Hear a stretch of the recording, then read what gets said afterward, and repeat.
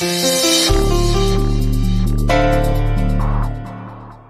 కుటుంబానికి నా మాటే శాసనం. ఈ వేదవతి మాటే వేదం.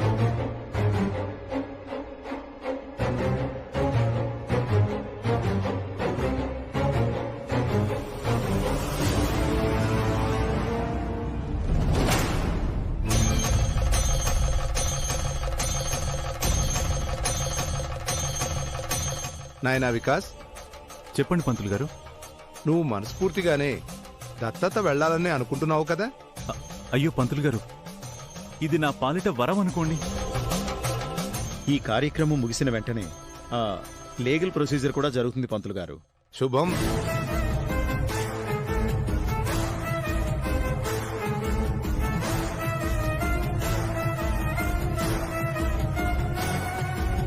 చూడాయనా, దీన్ని వారికి అందజేస్తూ మీ కుమారుడిగా, మీకు దత్తపుత్రుడిగా మీ ఇంటికి రావడానికి నాకు సమ్మతమే అని చెప్పు.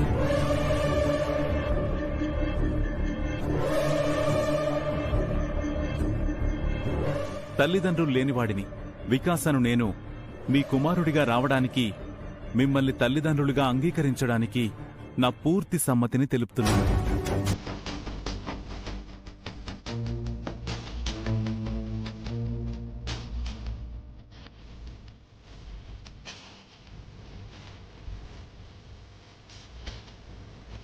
అయ్యా, మీరు ఇది అబ్బాయికిస్తూ వికాస్ని కొడుగ్గా స్వీకరిస్తున్నామని చెప్పి అబ్బాయికి అందచేయండి.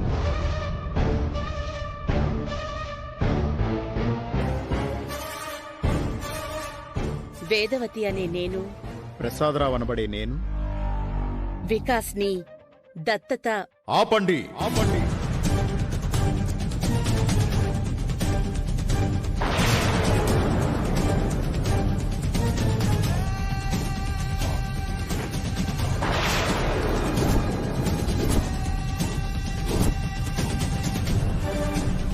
ఈ దత్తత కార్యక్రమాన్ని ఆపండి.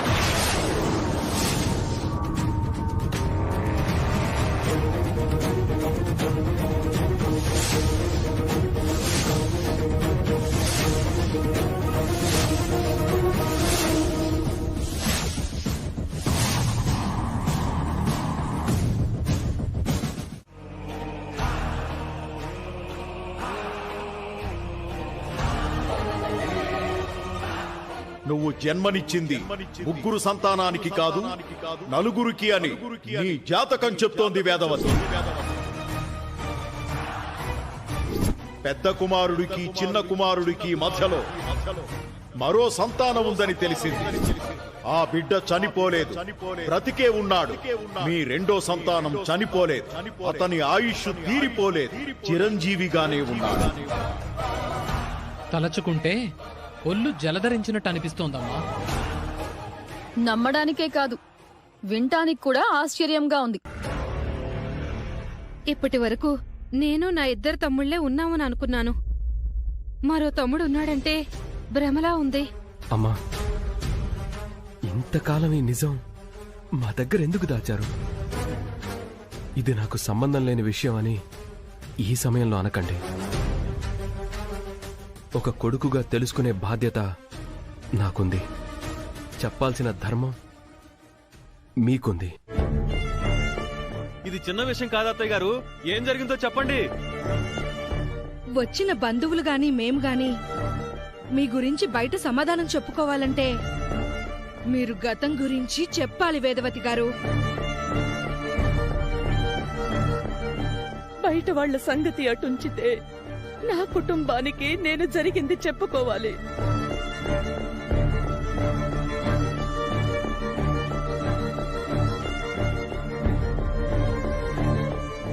మీ అందరి దగ్గర నేను దాచింది ఈ ఒక్క విషయమే.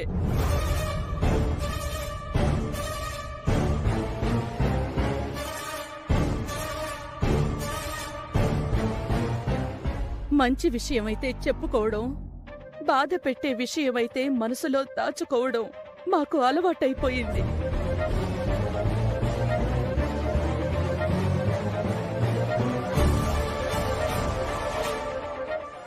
నేను మూడో కాన్పుకు వెళ్ళినప్పుడు ఏం జరిగిందంటే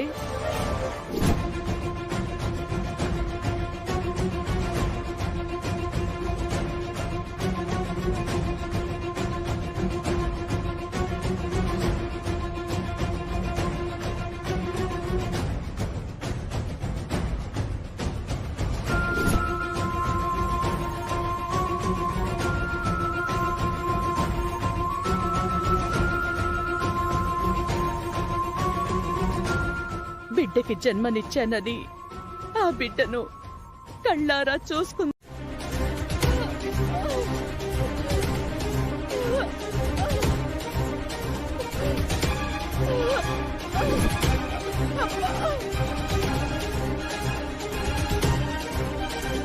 దేవుడా, నా కూతురికి పండంటి బిడ్డ పుట్టేలా చూడు తండ్రి.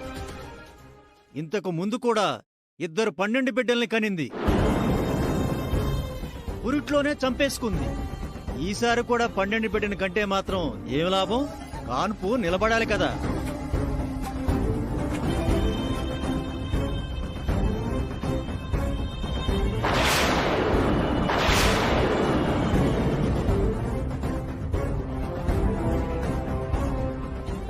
అబ్బా, ఏమండి, ప్రాణం పోతున్నట్టుందండి. కాసేపు ఓపిక పట్టు వేద.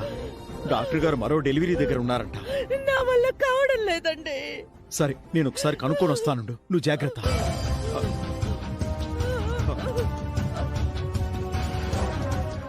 సుబ్బయ్య, డాక్టర్ గారు ఇంకెంతసేపట్లో వస్తారయ్యా? అక్కడ డెలివరీ అవ్వాలి కదా సార్. ఉన్నదే ఒక్క డాక్టర్ ఆయే.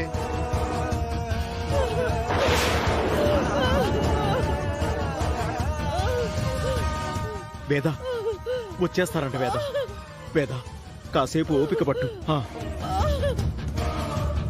నీకు ఒకటే మాట చెప్తున్నా,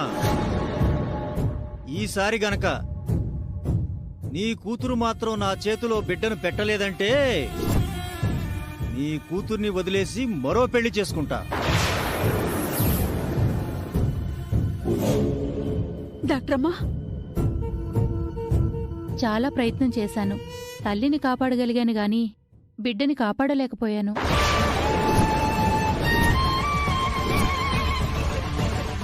అమ్మా, అక్కడ మరో డెలివరీ కేసు ఇబ్బంది పడుతుంది. తొందరగా రండమ్మా.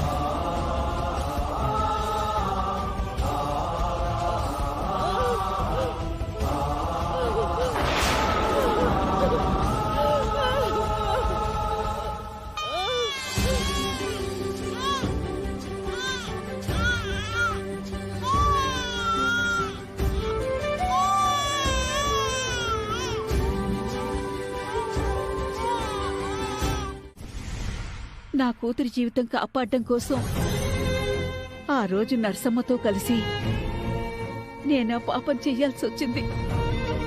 నాకేమీ తెలియనట్టు ఇంతకాలం గడిపేశాను. అప్పుడప్పుడు కిట్టు కళ్ళల్లోకి చూసి మాట్లాడే ధైర్యం చేయలేక పక్కకి తప్పుకుంటూ ఉంటాను. ఎందుకంటే నేను చేసిన పాపం గుర్తుకొస్తూ ఉంటుంది. ఆడిది గొప్పింటి రక్తం. అందుకే వాడి ఆలోచనలన్నీ అలా ఉన్నాయి. మా పేద బతుకుల మధ్య, ఇరుకు గదుల మధ్య వాడు ఇమ్మడలేకపోతున్నాడు. కోటీశ్వర్లింట్లో అల్లారు ముద్దుగా పెరగాల్సిన వాడి జాతకాన్ని, వాడి నుదుటి రాతని నేను మార్చేశాను. పుట్టిన బిడ్డ చనిపోయాడని ఆ తల్లి ఆనాడు ఎంతలా ఏడ్చిందో. తల్లి బిడ్డలను దూరం చేసిన పాపం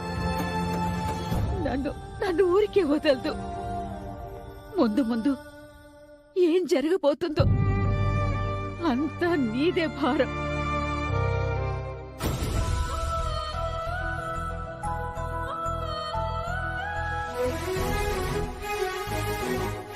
అక్క,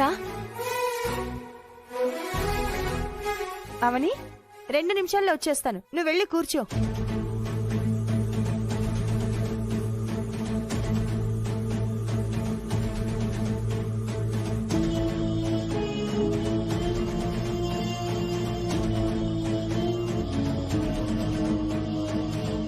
లోపలికి వెళ్ళి కూర్చోమన్నాను కదా, బయట ఎందుకుండిపోయావు? ఒక విషయం చెప్పి వెళ్దామని వచ్చానక్క. మీ అత్తమామలు ఊరందరికీ నీతులు తీర్పులు చెప్తారు. నిహారిక దగ్గరికి వచ్చేసరికి మాత్రం దాని బుద్ధిని కనిపెట్టలేకపోతున్నారు. దినఫలాల్లో ఈరోజు నా జాతకం బ్రహ్మాండంగా ఉంది. అక్క చెల్లెళ్ళ దగ్గర నుంచి మనకేదైనా ఉపయోగపడే విషయం దొరికితే బాగుంటుంది. వేదవతి గారికి 2 కొడుకులు కాదంట 3 కొడుకులంట అని జనాలందరూ ఈ పాటికే గుసగుసలాడుకుంటూ ఉంటారు.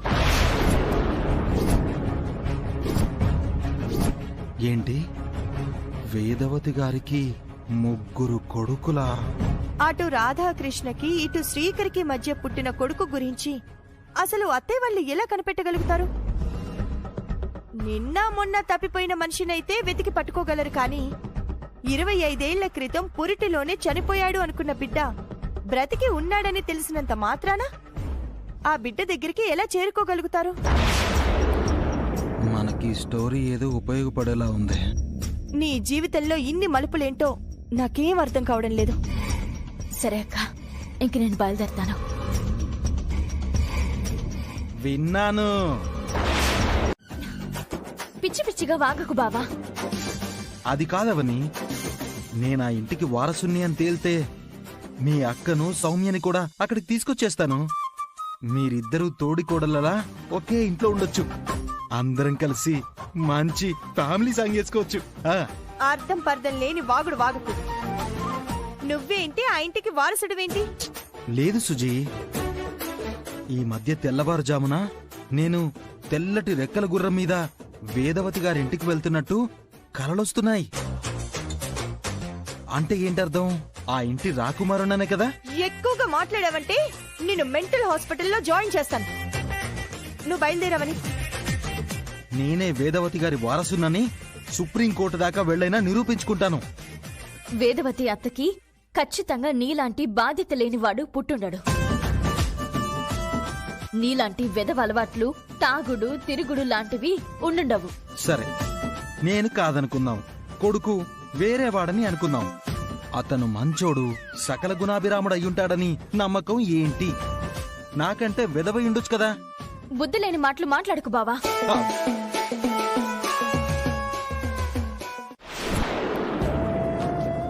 పోయిన వస్తువు పూజ గదికి సంబంధించింది కాకపోయుంటే ఇంతలా బాధపడుండేదాన్ని కాదేమో.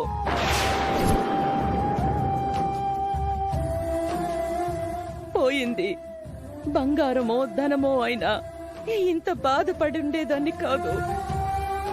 అది మా అత్తయ్య గారిచ్చిన వెండి పూల సజ్జ.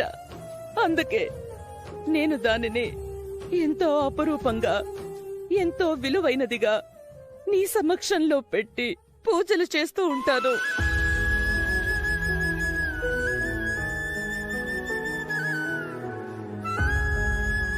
ఇన్నేళ్లలో గుడిలో ఎప్పుడూ ఇలా జరగలేదు. ఈ రోజు పూల సజ్జని పోగొట్టుకోవడం ఏదో అపశకునంలా అనిపిస్తోంది. ఎలాగైనా అది నా దగ్గరికి చేరేలా చెయ్యి తల్లి.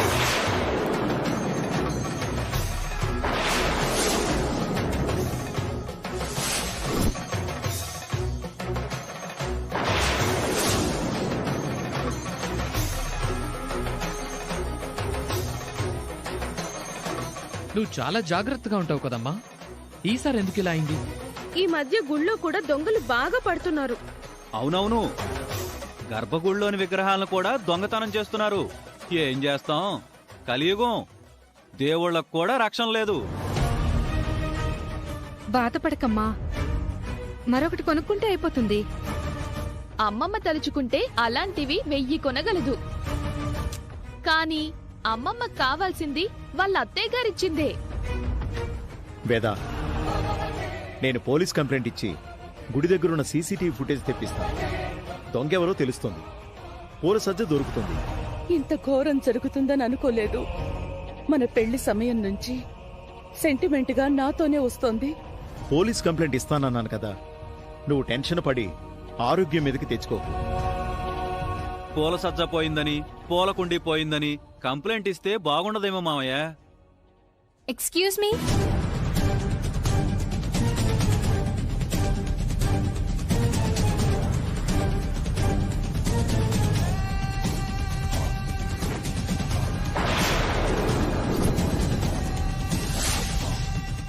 అయ్యో రామా, అందరూ అలా విచారంగా ఉన్నారు. ఏం జరిగిందో తెలుసుకోవచ్చా? వేద, ఏం ఆలోచిస్తున్నావు? ఒక పక్క చిన్న కొడుకు చేసిన మోసం వల్ల కలిగిన బాధ, మరోవైపు రెండో కొడుకు ఎక్కడున్నాడో ఎలా ఉన్నాడో తెలియని బాధ. ఇంతకు ముందు ఆనందాలతో కళకళ్ళాడే ఇంటిని చూసి మురిసిపోతూ ఉండేదాన్ని. ఇప్పుడు విలవిలలాడిపోతున్నాను.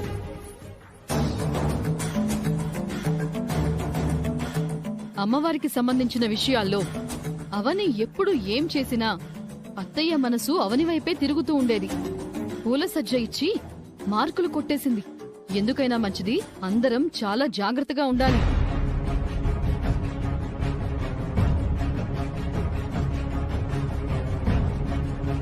అత్తా,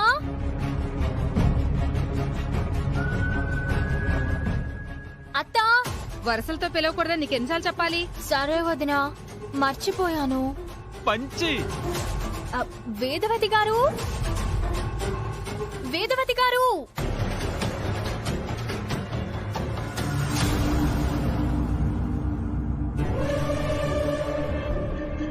నీ ఫోటో మా దగ్గర ఎక్కడుంది? మీ అందరితో మాకొక ఫోటో కావాలి.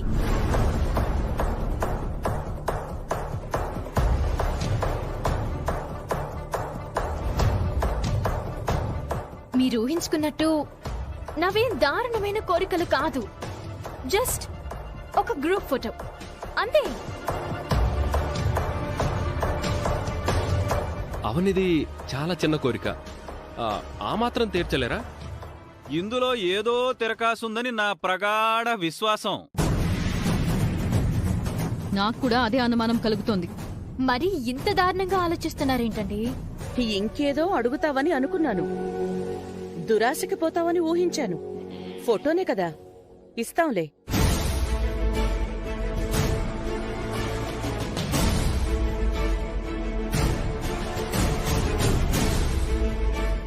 థ్యాంక్ యూ అత్తా.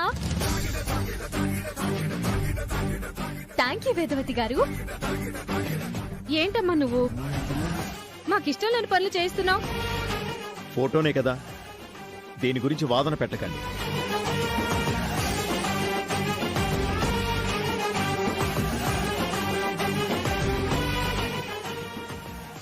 కావ్య, ముందు ఆ కప్పులు తీసుకెళ్లి లోపల పెట్టు. అరే వెళ్ళు.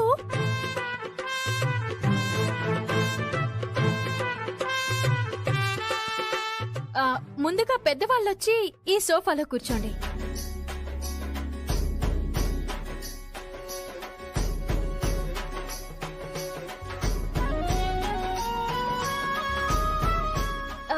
ఇక్కడ అన్నయ్య వదినలు కూర్చోండి. వదిన వెళ్ళు. ఒక్క నిమిషం. నేనెళ్ళి మేకప్ వేసుకుని వస్తాను. నీకేం పెళ్లి చూపులు జరగట్లేదు ఇక్కడ? ఆ బ్యాడ్ డేస్ ఎందుకు గుర్తు చేస్తావులే? ఏంటి? ఏం లేదు.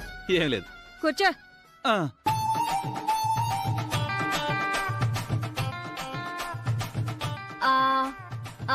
పెద్ద బావా, అక్క, మీరు అత్తయ్య వాళ్ళ వెనకాల నిలబడండి. ఈ పిలుపులే వద్దనేది. అయ్యో రామా, ఈ కాసేపు తట్టుకోండి. వెళ్ళండి.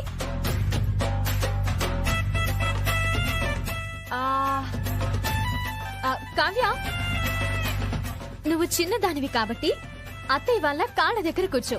నేను నిలబడే ఉంటాను. చెప్పింది చెయ్యి కావ్య.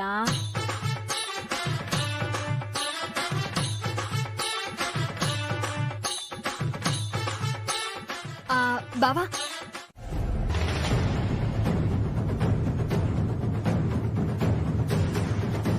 క్లిక్ చేశాను. చాలా, మరో 10 సార్లు తీయాలా? చాలు. ఇది చూడని, ఇటివ్వు.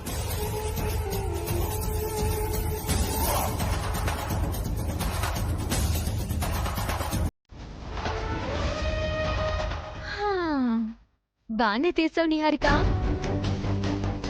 ఫ్యూచర్లో ఏ తేడా వచ్చినా ఫోటో స్టూడియో పెట్టుకుని బతికేచ్చు నువ్వు.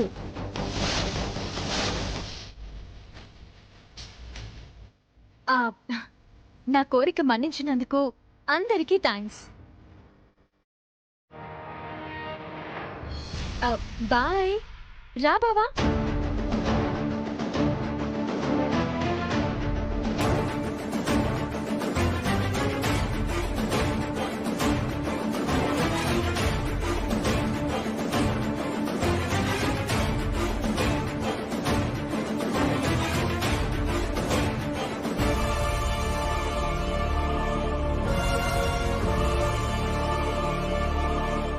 అవని నిన్ను ఎందుకు అవాయిడ్ చేసిందో ఇప్పటికైనా అర్థమైందా? నాకు అర్థమైంది.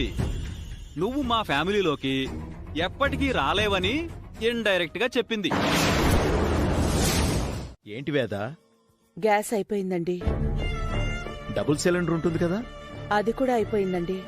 అదేంటి వేద, స్పేర్ ఎప్పుడు ఉంచుకోవాలి కదా? మరిప్పుడు వంట ఎలా? అదే అర్థం కావట్లేదండి. బయట వర్షం పడుతోంది.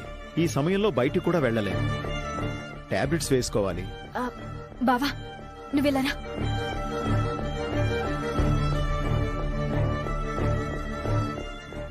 ఏవండోయ్, సిలిండర్ అయిపోవడం వలన వంట చేసుకోలేదు అని అర్థమైంది. నా వంట అయిపోయింది, పంపించమంటారా? మొహమాట పడకండి. అన్నం దగ్గర అలకలు ఉండకూడదని, కోపతాపాలు చూపించకూడదని, అలా చేస్తే అన్నపూర్ణాదేవికి ఆగ్రహం వస్తుందని మా అమ్మా నాన్నలు చెప్పారు.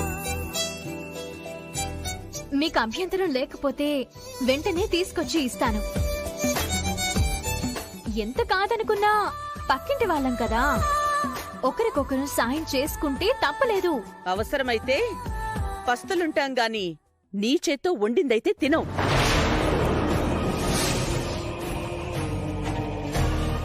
మంచినీళ్లు తాగి పడుకుంటాం. ఒక్క పూట తినకపోతే మేమేం చచ్చిపోం. టాబ్లెట్స్ వేసుకోవాలి కదా?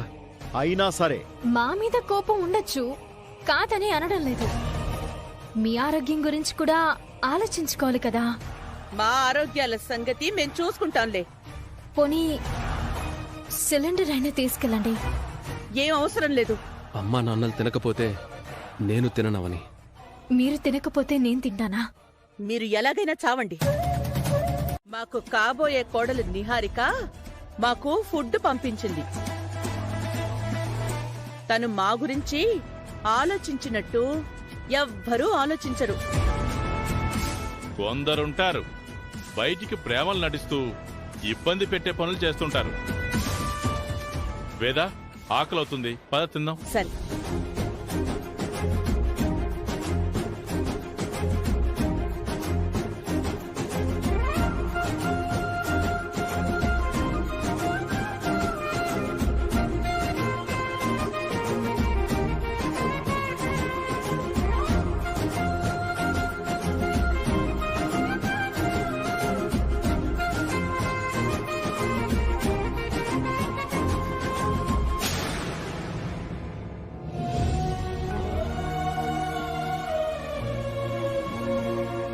నిహారిక ఇన్ని రోజులకు ఒక మంచి పని చేసింది.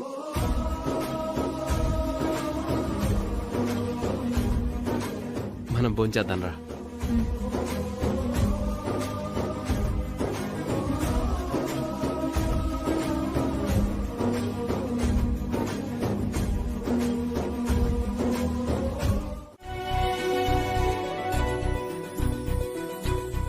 మీరు తిన్న తర్వాత ఆనందపడి మేం కూడా తిన్నాం. మీరు ఆకలితో ఉంటే మేమెలా భరించగలం అత్తయ్య? మీరు ఇంటి ఫుడ్లా ఉంది అన్నారు కదా, అది మా ఇంటి ఫుడ్డే.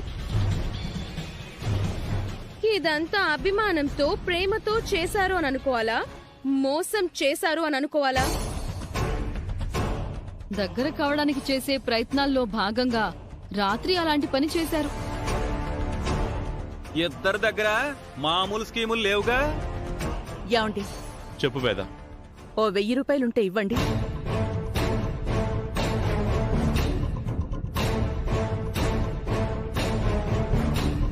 ఇలారా.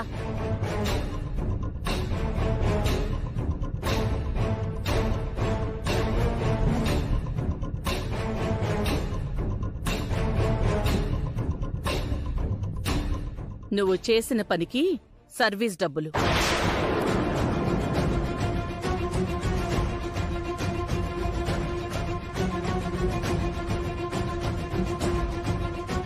బయట హోటల్ నుంచి తెచ్చి తిన్నాము అనుకుంటాం. మాకు దగ్గర కావడానికి 1000 నాటకాలు వేసినా దగ్గర కాలేవు. అందరూ నన్ను ఏమనుకున్నా పర్వాలేదు. నా వంట మీకు నచ్చింది, మీ తృప్తి నాకు నచ్చింది. నాకదే చాలు. డబ్బులతో ప్రేమని విలువ కట్టలేమని నువ్వే చెప్తుంటావు కదా, మరి ఇప్పుడెలా విలువ కట్టావమ్మా? నేనిచ్చింది ప్రేమకు కాదు, సేవకు. మేడం, గణేష్ చందా కోసం వచ్చా మేడం. బావా, ఏంటవని? దగ్గర 116లుంటే ఇవ్వండి.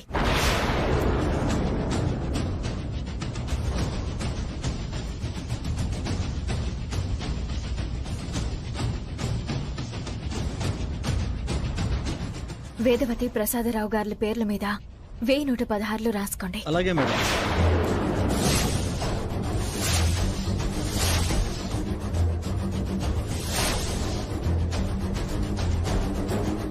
ఆ పుణ్య దంపతులు ఎప్పుడూ సంతోషంగా ఉండాలి. సరే మేడం.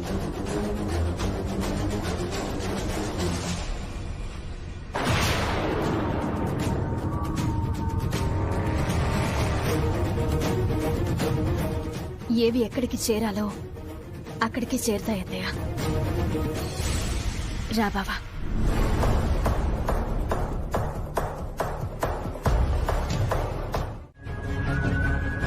ఒకటా రెండా? నిహారికకి ఎన్ని అవమానాలు! నాలాంటి దాన్నైతే నిజంగానే ఏదో ఒకటి చేసుకొనుండేదాన్ని.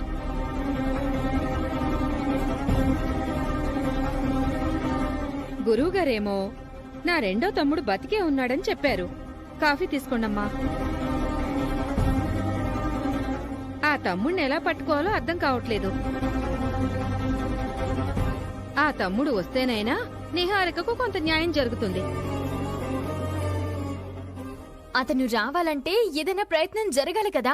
నీకు సంబంధం లేని విషయం ఇది, నువ్వు కల్పించుకోకు. సలహా ఇవ్వడంలో తప్పే ఉంది. ఉచిత సలహాలు అవసరం లేదు. అయితే డబ్బులు ఇవ్వండి. చూసారా ఆవిడ గారి వెటకారం ఎలా ఉందో? సిగ్గులేని బతుకులు. ఎన్ని మాటలన్నా బుద్ధి రాదు. ఏదో ఒక ప్రయత్నం చేయకుండా దేవుడా నీదే భారమని వదిలేయటం కరెక్ట్ కాదని అవని చెప్పడం కూడా తప్పేనా?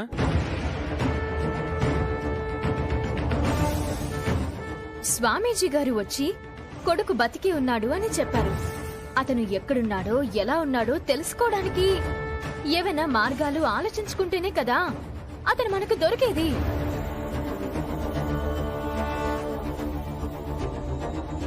చిన్నప్పుడు మిస్ అయిన వారు కొన్ని సంవత్సరాలకు గాని దొరకరని రోజు పేపర్లోనూ న్యూసుల్లోనూ చూస్తూనే ఉన్నాం కదా. అన్నయ్య ఇప్పుడు ఎలాంటి సిచ్యువేషన్లో ఉన్నాడో ఏంటో. అయ్యోయ్యోయ్యో, చూడండి పేపర్లో అలాంటి న్యూసే వచ్చింది. ఏమొచ్చింది? ఎవడో 20 సంవత్సరాల క్రితం తప్పిపోయాడంట. వాడి గురించి, ప్రస్తుతం వాడున్న పరిస్థితి గురించి నిజం తెలిసి అందరూ షాక్ అయ్యారంట. సంతోషించాలి కానీ షాక్ అవ్వడం ఎందుకు? అవును పెద్దిరాజు గారు, అది ఒక ఎమోషన్. షాక్ ఎందుకు? మర్డర్ కేసులో జైల్లో ఉన్నాడంట.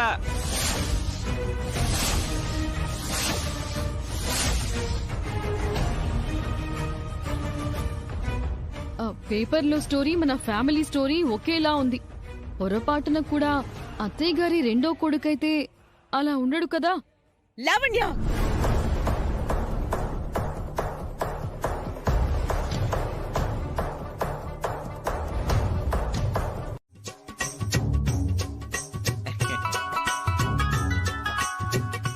బండికి నేను పెడతాను గోవిందా. గోవిందా గోవిందా, మంచి గోవిందా. ముందు చక్రం గోవిందా గోవిందా. పూజ మొదలు పెడతాం గోవిందా. ఓం గణేశాయ నమః, ఓం వక్రతుండాయ నమః, ఓం నమే నారాయణాయ నమః.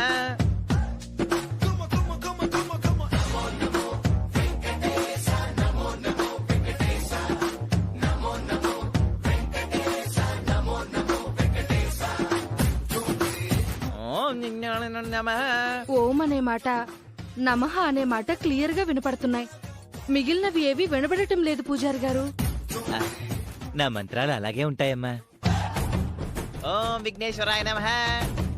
ఓం ఒకటోనాయ నమః. ఓం రెండోనాయ నమః. ఓం నమః. అయిపోయింది గోవిందా, పూజ అయిపోయింది. అప్పుడేనా? షార్ట్ కట్ పూజ నాయనా. మీరు 2 చక్రాల కింద 2 నిమ్మకాయల్ని పెట్టండి. పెట్టండి గోవిందా. ఇక్కడ కూడా గోవిందా. గోవిందా, మీకు ఈ విషయం తెలుసా? ఇప్పుడు ఒక కొత్త విధానాన్ని తీసుకొచ్చారు. ఏంటి? అదేంటంటే, సాధారణంగా బండి యజమాని బండి కింద పెట్టిన నిమ్మకాయల్ని బండితో తొక్కించి బండిని రైలు వేస్తారు కదా. అవును. ఇప్పుడు ఈ కొత్త పద్ధతి ఏంటంటే గోవిందా, పూజారి ముందుగా బండెక్కి నిమ్మకాయల్ని తొక్కించి బైక్ మీద అలా అలా రౌండ్ వేసేస్తాడు గోవిందా. అవునా? ఎందుకలా? ఎందుకలా అంటే గోవిందా, వేద పండితులు ముందుగా మొదలు పెడితేనే బాగుంటుంది అంటారు గోవిందా. గోవిందా, దీనిని నేనే కనిపెట్టాను గోవిందా. గోవిందా, నా పూజ అందరిలా ఉండదు, చాలా వెరైటీగా అద్భుతంగా ఉంటుంది గోవిందా. సరే పూజారి గారు, మీరు ఎలా అంటే అలా. గోవిందా, దీన్ని మీ చేతిలో తీసుకోండి. ఎందుకు డబ్బులు వద్దన్నావా అవని? ఈ రోజు నువ్వు 1,00,000 రూపాయల దగ్గర వద్దన్నావంటే ముందు ముందు అన్ని విషయాల్లోనూ ఇబ్బంది పడతాం. సంబంధం లేని నిహారికే వాటా తీసుకుంది, మనకి హక్కుందావని. కాదండం లేదు బావా. మన హక్కులు, మన అధికారాలు ఈ రోజు కాకపోతే రేపైనా మనం సాధించుకోవచ్చు. కానీ ఇప్పుడు వాటి గురించి పోరాడి అత్తమామల మనసుని గాయపరిచామంటే వారి ప్రేమకు పూర్తిగా దూరమైపోతాం. మనం మన ఇంట్లో ఉంటున్నది డబ్బుల గురించి కాదు బావా, ప్రేమల గురించి, మన వాళ్ళ నుంచి ఆదరణ పొందడం గురించి. మనం వాళ్ళకి దగ్గరయ్యే ప్రయత్నాలు చేయాలి గాని మరింత దూరం అయిపోయేలా ప్రవర్తించకూడదు. ఇది మన కుటుంబం. మనకు వాళ్ళ అనురాగంతో తప్ప మరి దేనిలోనూ వాటాలొద్దు, సరేనా?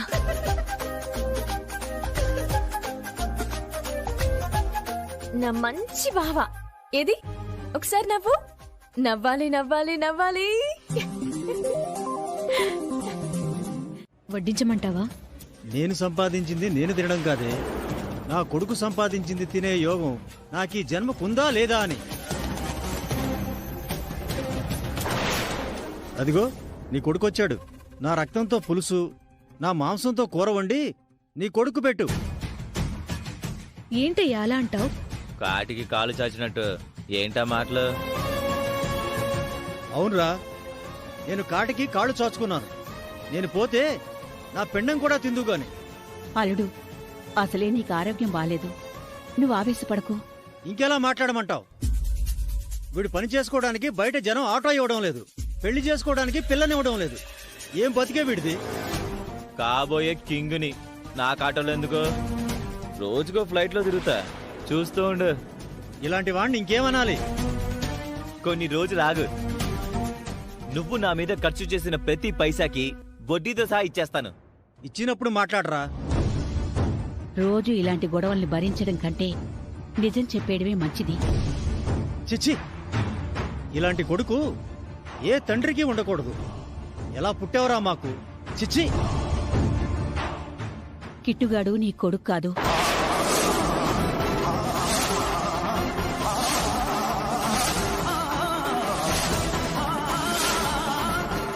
కిట్టుగాడు నీకు సరోజకి పుట్టినవాడు కాదు.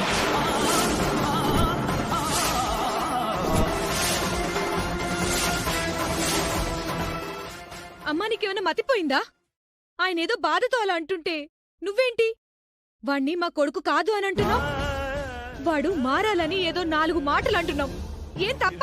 ఇక నుంచి మీరు వీణ్ణి తిట్టకండి. నేనంటే మీకు బాగా వెటకారం అయిపోయింది కదూ? నేను నిజంగానే అడిగాను బేబీ, నీ విషయంలో మాకు వెటకారం ఏంటి? ఆ దుబాయ్ గడేడి ఇంట్లో మెంటలెక్కుతుందని బయటికి పోయాడు. అది సరే, ఏంటి విశేషాలు? ప్రస్తుతానికి అన్ని శేషాలే, విశేషాలేం లేవు. ఈ ఇంట్లో పరిస్థితి బాలేదు, నా పరిస్థితి కూడా బాలేదు. అవ్వని ఏమో పక్కింటమ్మాయి అంటూ టార్చర్ పెడుతుంది. ఆ పెద్ద ఆవిడికి బుద్ధి లేదు, బయటికి గెంటేయకుండా నెత్తిన పెట్టుకుని కూర్చుంది. అవును, ఆ కనిపించని కొడుకు గురించి ఏమైనా ఆలోచిస్తున్నారా? వాడు కనబడితే గాని నీ ప్రాబ్లం సాల్వ్ కాదు. వాడితో పెళ్ళైతే కాని నువ్వు ప్రశాంతంగా ఉండవు. శ్రీకర్ని చేసుకుందామని వెళ్ళి శ్రీకర్ అన్నని చేసుకునే పరిస్థితి వచ్చింది. నా కర్మ. ఆ ఇంటికి కోడలివి కావాలనుకున్నావు, కనీసం ఆ కిరీటమైన దక్కుతుంది కదా. ఈ పాటికి జూనియర్ వేదవతిగా చక్రం తిప్పాలి అని అనుకున్నాను, అంతా రివర్స్ అయిపోయింది. ఆ కొడుకు వస్తాడు అని అంటున్నారు. వాడు ఎప్పుడొస్తాడో, నా పెళ్లి ఎప్పుడు జరుగుతుందో. ఈలోపు నేను ఆ ఇంట్లో మరింత స్ట్రాంగ్ అవ్వడం కోసం ఓ ఐడియా వేశాను. ఏంటది? కాసేపటి తర్వాత మీరు ఇంటికి రండి. వచ్చి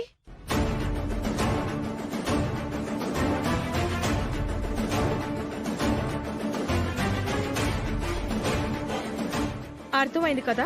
నిహా, నువ్వు మరీ ఎక్స్ట్రీమ్ ఆలోచించినట్టున్నావు. ఇలాంటి స్టెప్ ఏదో ఒకటి తీసుకోకపోతే రేపొద్దున సింపుల్ గా సారీ అని అంటారు. అప్పుడు మనం మన బంధువుల దగ్గరే కాదు, రోడ్డున పోయే వారి ముందు కూడా లోకువైపోతాం. అర్థమైందా? నీ వంట వార్పు కార్యక్రమాలన్నీ ఆపేసి తొందరగా బయలుదేరండి.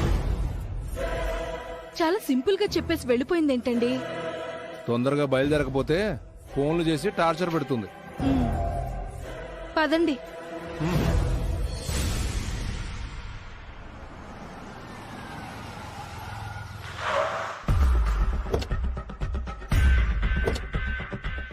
అమ్మ తీసుకున్న నిర్ణయం ఎలాంటి పరిణామాలకు దారి తీస్తుందో అని చాలా భయంగా ఉంది.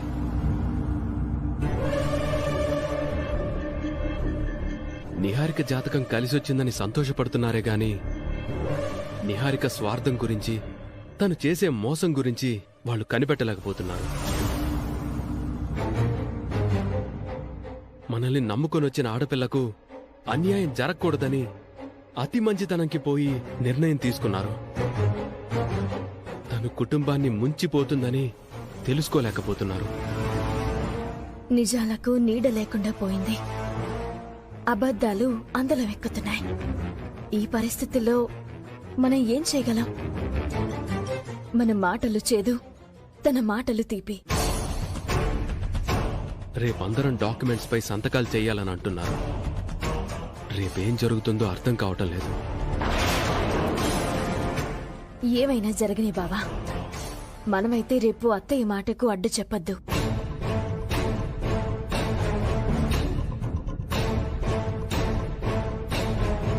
కౌలు డబ్బులు వద్దని మనం ఎలా నిర్ణయం తీసుకున్నామో రేపు ఆస్తుల విషయంలో కూడా మనం అలాగే ఉండాలి. మనకి ధనం కంటే బంధం ముఖ్యం. రేపు మనం సంతకాలు పెడదాం. నిహారిక గురించి తెలిసి ఎలా అవని? వద్దు బావా, మనకేం వద్దు. ఫ్యూచర్లో మనం అత్తయ్య ఆదరణకు నోచుకుంటే చాలు. ఏం ఆలోచించుకో, ప్రశాంతంగా ఉండవు. భోంచేద్దాంరా.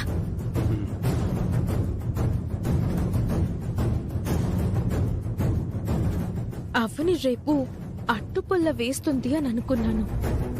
తన మనసు మార్చుకొని శ్రీకర్ మనసు కూడా మార్చేసింది.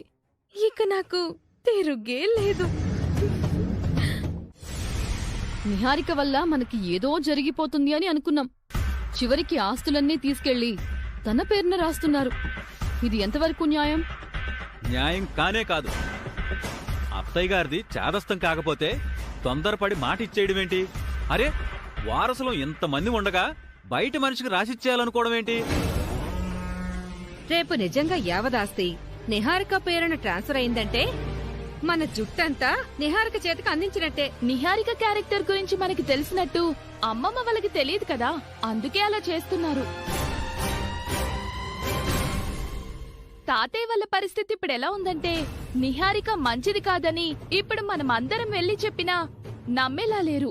అంతేగా మరి, మనం సంతకాలు పెట్టకుండా ఏం చేయాలో ఆలోచించాలి. హాయ్ టీమ్ మెంబర్స్, ఈ టైంలో మీరందరూ కలిసి మీటింగ్ పెట్టుకొని ఉంటారని నాకు తెలుసు. నా గురించే మాట్లాడుకుంటున్నారు కదా. దయచేసి ఎలాంటి అపోహలు పెట్టుకోకండి. మీ అందరి ఆస్తులు నా పేరు మీదకి ట్రాన్స్ఫర్ అయినా మీరు భయపడాల్సిన అవసరమే లేదు. ఎందుకు? ఆ తర్వాత మేము రోడ్డును పడి అమ్మా ధర్మం, అయ్యా ధర్మం అని అడుక్కోవడానికి మాకు బంగారు ప్లేట్లు ఇస్తావా? పెద్దిరాజు గారు, ఏంటా మాటలు? నేను మీ పార్ట్నర్ని.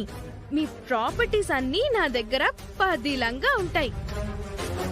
గ్రద్ద దగ్గర కోడిపిల్ల పదిలంగా ఉంటుందన్నది ఎంత నమ్మశక్యం కాని నిజమో, నీ దగ్గర మా ప్రాపర్టీస్ ఉండవనేది కూడా అంతే నిజం.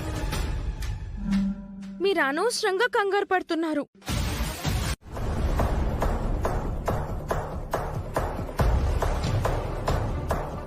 ఘట్టమనేని వేదవతి ప్రసాదరావు గారులకు సంబంధించిన చర స్థిరాస్తులను యలమంచిలి గౌతమి శేఖర్ల ఏకైక పుత్రిక నిహారికకు రాస్తున్నట్టు ఈ డాక్యుమెంట్స్ యొక్క సారాంశం.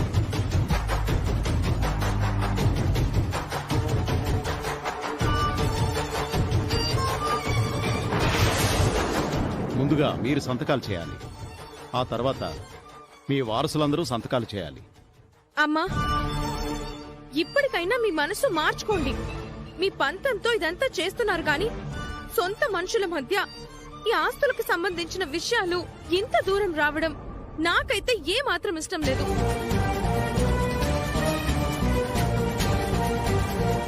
ఇంత దూరం వచ్చిన తర్వాత మనసులు మార్చుకోవడం ఉండకూడదు. ఈ వేదవతికది చెడ్డ పేరు. లాయర్ గారు, ఇంకా ఆలస్యం అనవసరం. ప్రాసెస్ మొదలు పెట్టండి. దీనిపై మీరు సంతకాలు చేయండి.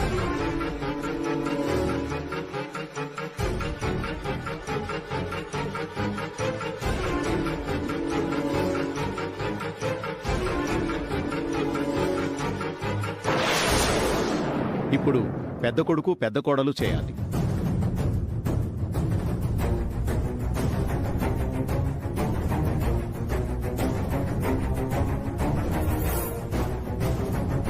కూతురు అల్లుడు చేయండి.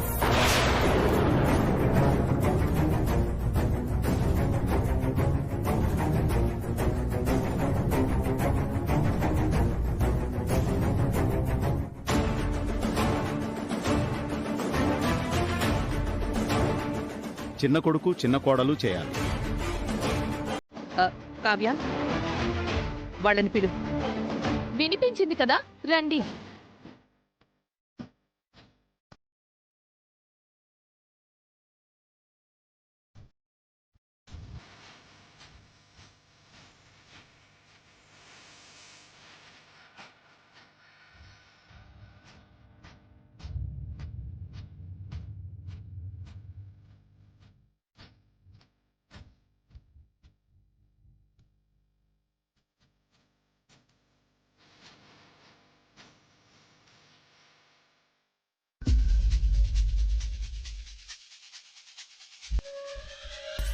ఏం ఆలోచిస్తున్నాడు?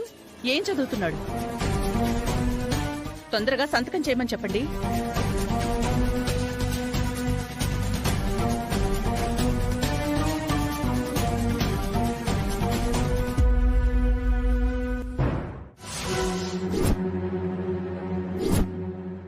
అందుకే అలా చేయాల్సి వచ్చింది బావా. కుటుంబం మొత్తాన్ని తన గుప్పెట్లోకి తీసుకునే ప్రయత్నం చేస్తుంది. నా కుటుంబాన్ని నేను కాపాడుకోవడం కోసం నేను చేసింది తప్ప బావా?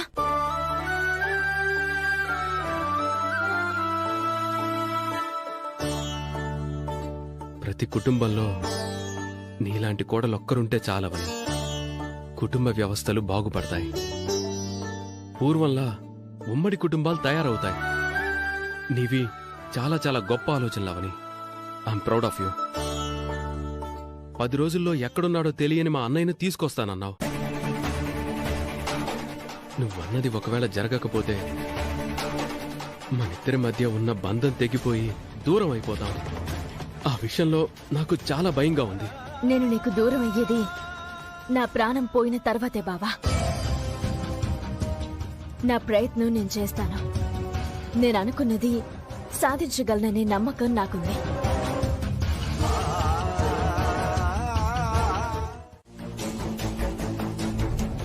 చివరి సంతకమైన శ్రీకర్ సంతకంతో ఆస్తి మొత్తం నీ పేరుకి వచ్చేస్తుందని అనుకునేలోపు అవని అంతా రివర్స్ చేసేసింది.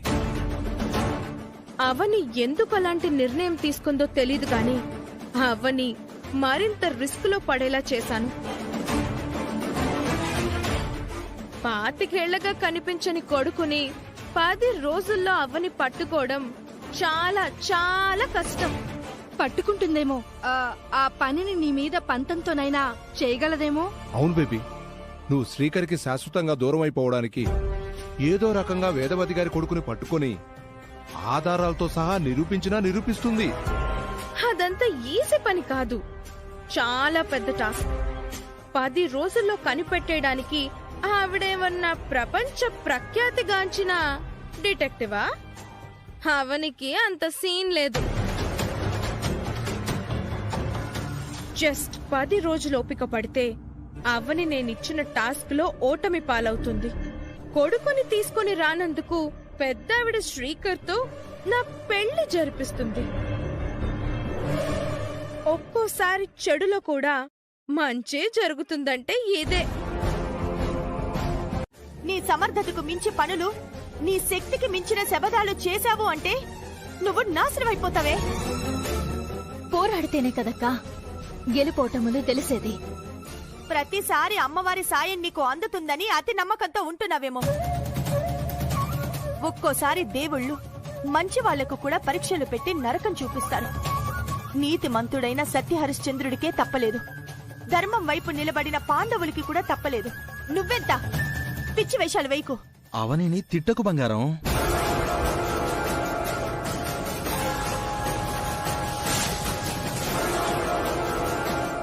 విన్నాను, అంతా విన్నాను.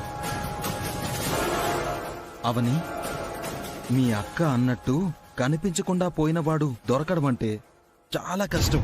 అరే, ఈ రోజుల్లో మిస్ అయిన సెల్ ఫోన్ దొరకడమే కష్టం అంటే, అలాంటిది అతను ఎలా దొరుకుతాడు? అతను దొరకడం అసాధ్యం. అందుకే నేనొక ప్లాన్ చెప్తాను, నువ్వు చెయ్యి. నన్ను కొడుకుగా వాళ్ళకి పరిచయం చెయ్యి. 10 రోజుల్లో పట్టుకుంటానని మాటిచ్చి మంచి పని చేశావు.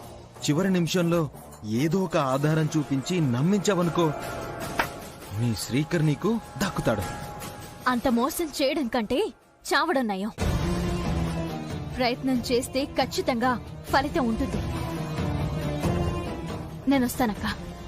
అది అవని అవని అవని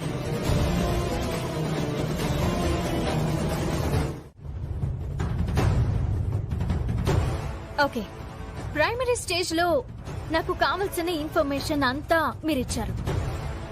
మిగిలిన డీటెయిల్స్ గురించి నేను తర్వాత అడుగుతాను. ఇప్పటి వరకు నేను ప్రాథమికంగా సేకరించిన సమాచారాన్ని బట్టి నాకు ఒక ముఖ్యమైన పాయింట్ తెలిసింది. ఏంటది? మీరేమో బిడ్డ చనిపోయాడు అని అన్నారు, స్వామీజీ ఏమో బిడ్డ బతికి ఉన్నాడు అని అన్నారు. సో రెండింటికి మధ్య ఒక సంఘటన జరిగింది.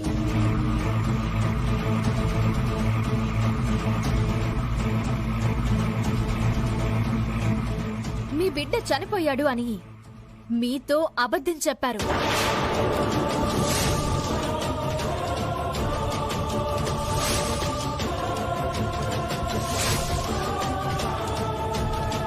హాస్పిటల్ స్టాఫ్ కి అంత అవసరం ఏముంది? స్టాఫే అయ్యుంటారని నేను కన్ఫర్మ్ గా చెప్పలేను. వేరే వాళ్ళు అయ్యుండొచ్చు కూడా. రాత్రేదో సినిమా చూసి మన దగ్గర బిల్డప్ ఇస్తుంది. దయచేసి ఇలాంటి విషయాల్లో కామెడీ చేయద్దు. అలా అబద్ధం చెప్పిన వారు గాని చెప్పించిన వారు గాని మీకు శత్రువులు అయిండొచ్చు, మీ నుంచి డబ్బు ఆశించి అయిండొచ్చు.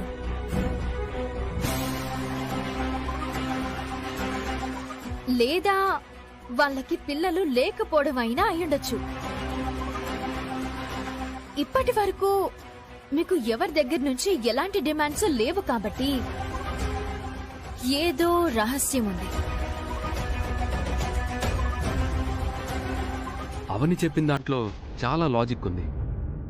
దయచేసి అందరూ అర్థం చేసుకోండి.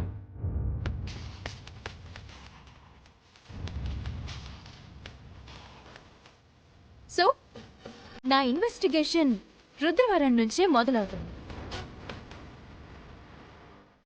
రహస్యాన్ని వీలైనంత తొందరగా నేను ఛేదించుకుని వస్తాను.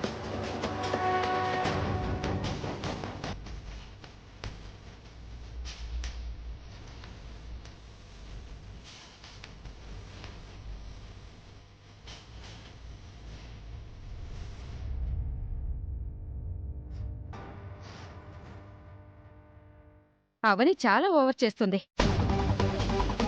ఎలాగోలా మన గుంపులో కలిసిపోవాలని ఇలాంటి నాటకాలు ఆడుతుంది.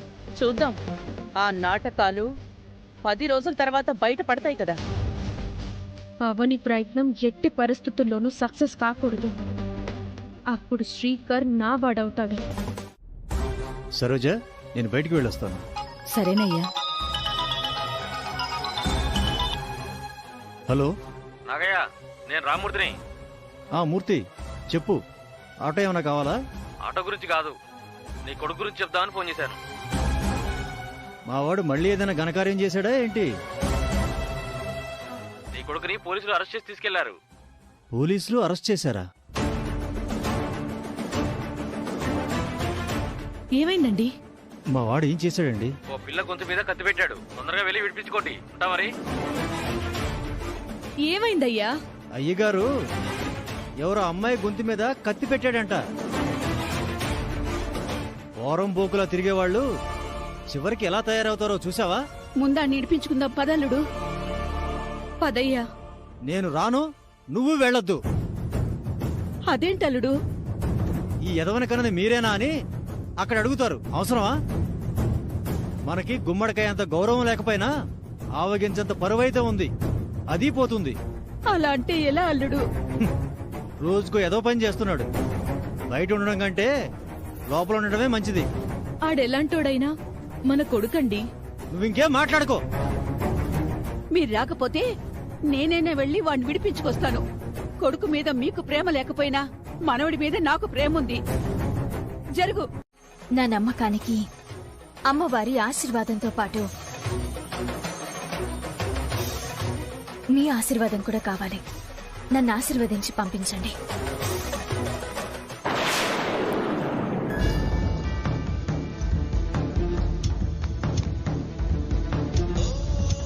అత్తయ్య, నేనిదంతా నా భర్తను కాపాడుకోవడం కోసం మాత్రమే చేయడం లేదు. ఒక తల్లి మనసులోని ఆవేదన మంటలను చల్లార్చడానికి చేస్తున్నాను.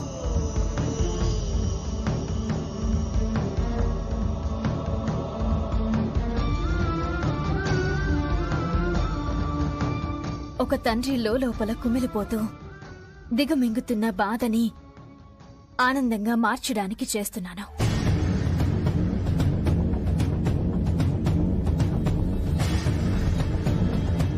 కంటి అంచుల దగ్గరే ఆపుకుంటున్నా మీ కన్నీరుని తులసి జలంలా మార్చడానికి బయలుదేరుతున్నాను. దయచేసి నన్ను ఆశీర్వదించండి. మీ ఆశీర్వాదం నాకెంతో మనోబలం అవుతుంది. మీ ఆశీర్వాదం అవనికి కాదు నాన్న, అజ్ఞాతంలో ఉన్న నా అన్నయ్యకి. దీవించండి నాన్న. అవని,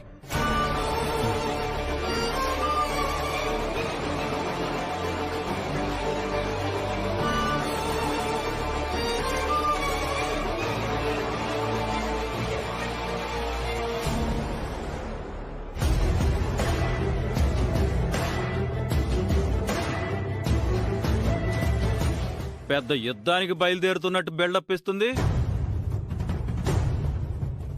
వీర తిలకం దిద్దమంటావా అవని? శంఖారావం పూరించమంటావా? యుద్ధ పేరేమైనా మోగించమంటావా? సైన్యాన్ని ఏమైనా సిద్ధం చేయమంటావా? మౌనంగా ఉన్నావేంటి? మాట్లాడు. నా యుద్ధం ఓ నిశ్శబ్దం.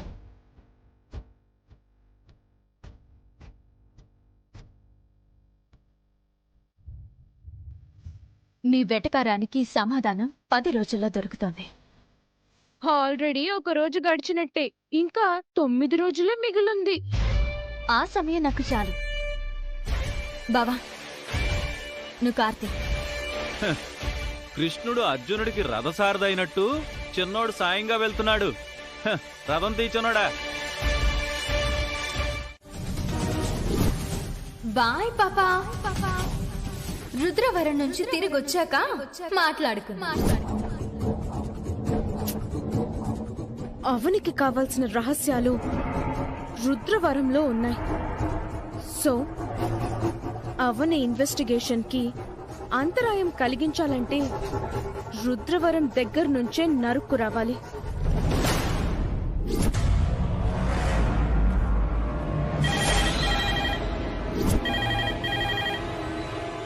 హలో, రుద్రవరం గవర్నమెంట్ హాస్పిటలా? అవునండి. మీరెవరు? ఎవరు కావాలి? డాక్టర్ గారు అయితే రౌండ్స్కి వెళ్ళారండి. నా వివరాలు తర్వాత చెప్తాను. ముందు నాకు సమాచారం కావాలి. ఏం సమాచారం? అడగండి. 25 సంవత్సరాల క్రితం డెలివరీ అయిన వాళ్ళ డీటెయిల్స్ మీ దగ్గర ఉంటాయా? 25 సంవత్సరాల క్రితమా? అవును. 5 సంవత్సరాల క్రితం నాడి దొరకడమే కష్టం అమ్మా. నువ్వు 25 ఏళ్ల కిందట మాట అడుగుతున్నావు. అయితే దొరకవోనంటారా? అవును. మీరెవరు? నేను అటెండర్ని. ఎంతకాలంగా పనిచేస్తున్నారు? నాకు 60. నా సగ జీవితం ఇక్కడే గడిచిపోయింది. సో అప్పటి ఇన్ఫర్మేషన్ దొరకడం కష్టమంటారు. అంతేగా మరి. సరే, ఉంటానండి. ఎవరమ్మా నువ్వు?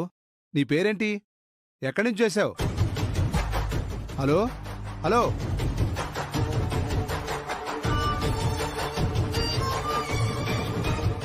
అవని, నువ్వు అనవసరంగా శ్రమ తీసుకొని అంత దూరం వెళ్తున్నా. నువ్వు ఏ రహస్యాన్ని ఛేదించలేవు.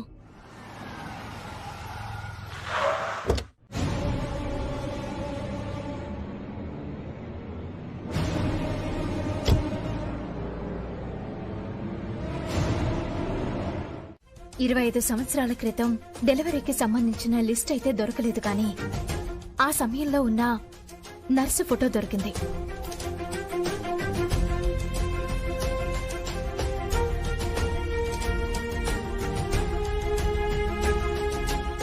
ఈవిడ పేరు రాజీ.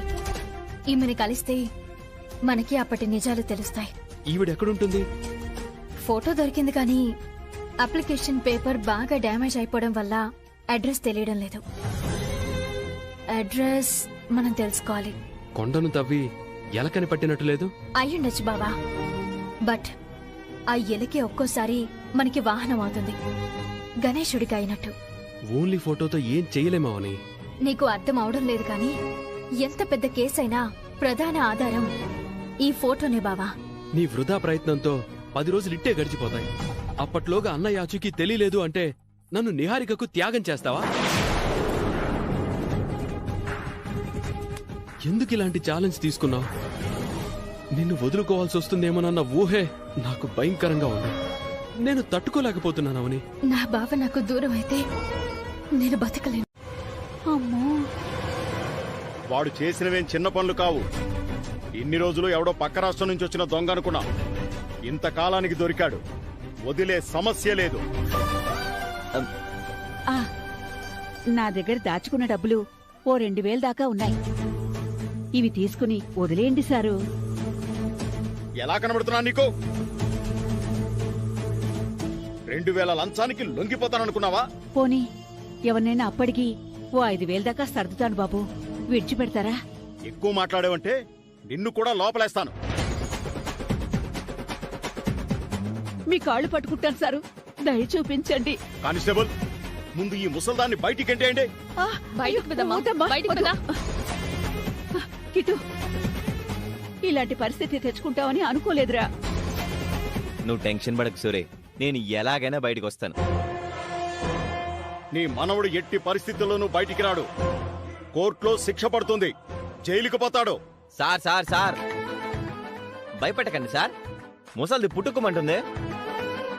ఒరే కిట్టుగా, నేను ఎలాగైనా బయటికి తెచ్చుకుంటానురా, నువ్వు భయపడకు.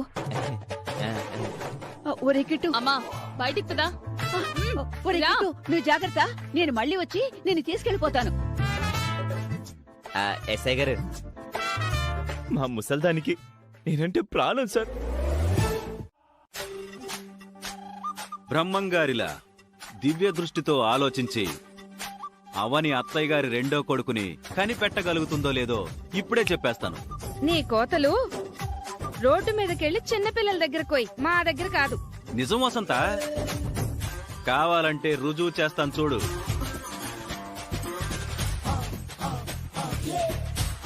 బొమ్మ పడితే అవని సక్సెస్, బొరుసు పడితే అవని ఫెయిల్యూర్.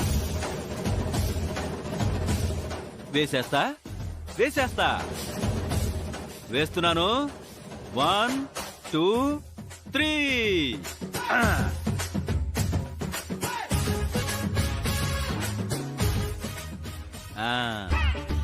చూపించేస్తున్నా చూపించేస్తున్నా. రెడీ? 1 2 3.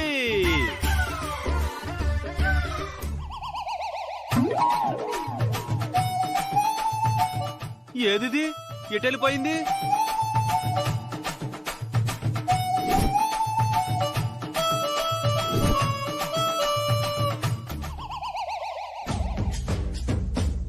ఇదేంటి ఇలా పడింది?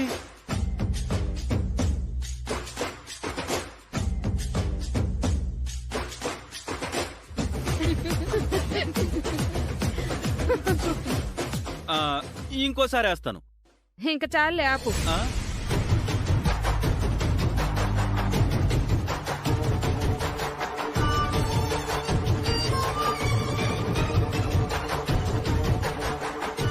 ఏం చేస్తున్నావు నిహారిక? 1 minute.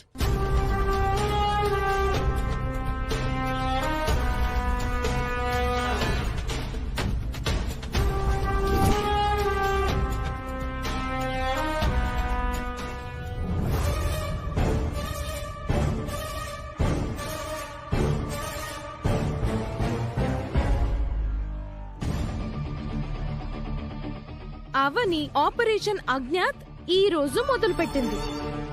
అజ్ఞాత? ఎస్, అజ్ఞాతంలో ఉన్న వేదవతి అత్తగారి కొడుకుని వెతకడానికి వెళ్ళింది కాబట్టి ఆ పేరు పెట్టాను. భలే భలే భలే భలే, చాలా బాగుంది. ఆ కొడుకు వచ్చే వరకు మనమందరం అజ్ఞాతనే పిలుచుకుందాం. ఆల్రెడీ ఒక రోజు గడిచిపోయినట్టే, ఇంకా 9 రోజులే ఉంది. ఈ లోపు ఆ అవని ఏమీ చేయలేదు.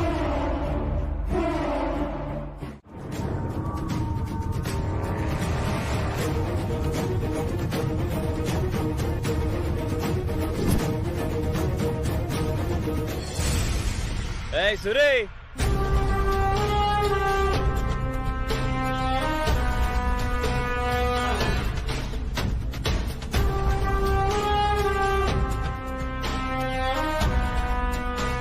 తల్లికి నిజం చెప్పాలని వచ్చాను.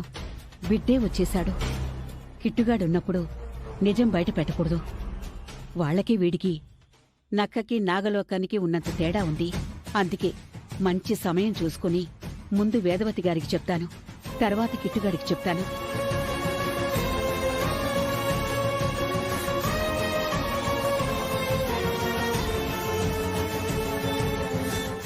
మీరు తొందరలోనే మీ కొడుకుని చూస్తారా?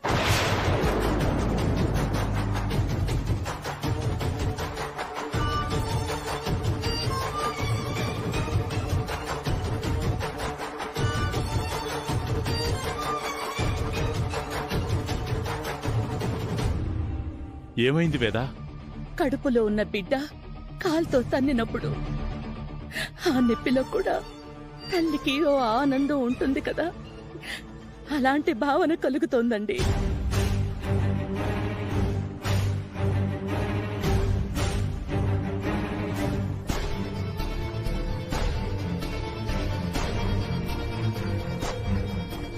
ఏంటి సూరి ఈ కొంప దగ్గర ఉన్నా?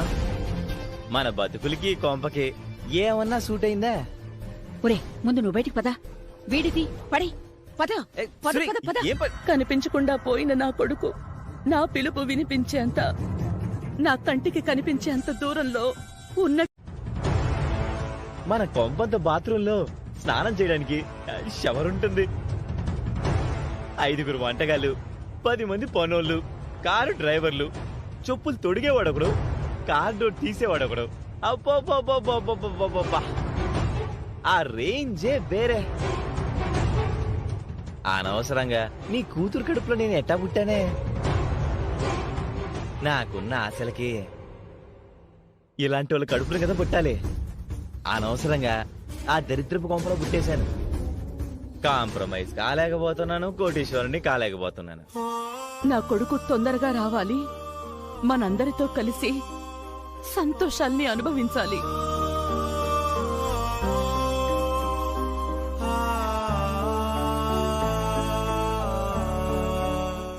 అవును, నేను బండి మీద పోతుంటే నువ్వు ఇంట్లో దూరడం కనిపించింది. అది చూసే వచ్చాను. ఈ ఇంటికి నువ్వెందుకు వచ్చావు? కొంప తీసి ఈ ఇంటి ఓనర్ కి నీకు ఏమన్నా ఫ్లాష్ బ్యాక్ ఉందా? ఒరే ఎవరో తెలిసిన వాళ్ళలా కనపడ్డారా, నిన్ను స్టేషన్ నుంచి విడిపించడానికి సాయం చేస్తారేమో అని వచ్చాను. ఈలోపు నువ్వే వచ్చేశావు. వెళ్దాం పద. సూర్య,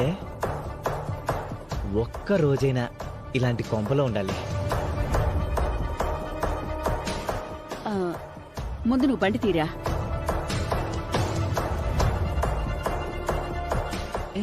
సూర్య, నీకెందుకు గడిపొస్తుందే? నువ్వు స్టేషన్ నుంచి బయటకు వచ్చేసావు కదా, అందుకే ఆనందంగా ఉంది. అట్నా? అయితే ఓకే, రా బండెక్కు. సూర్య, నేను ఇలాంటి ఇంటికి వారసునైనా కావాలి, లేదంటే అల్లునైనా కావాలి. అదృష్టం ఉండాలి.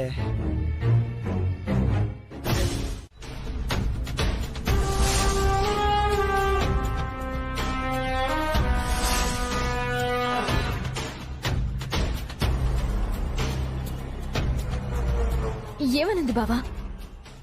రాజీగారి అడ్రస్ వచ్చిందావని.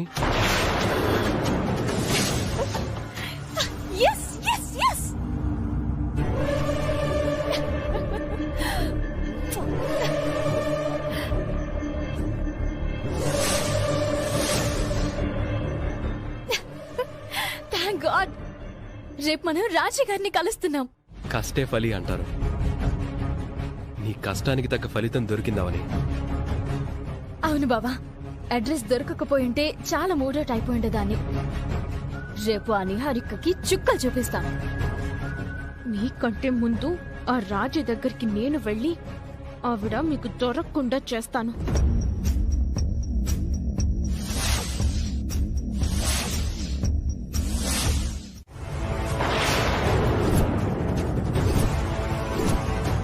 ఆ బిడ్డ చనిపోయాడని మీరంతా చెప్పారు, కానీ ఆ బిడ్డ బ్రతికే ఉన్నాడు అని మాకిప్పుడు తెలిసింది.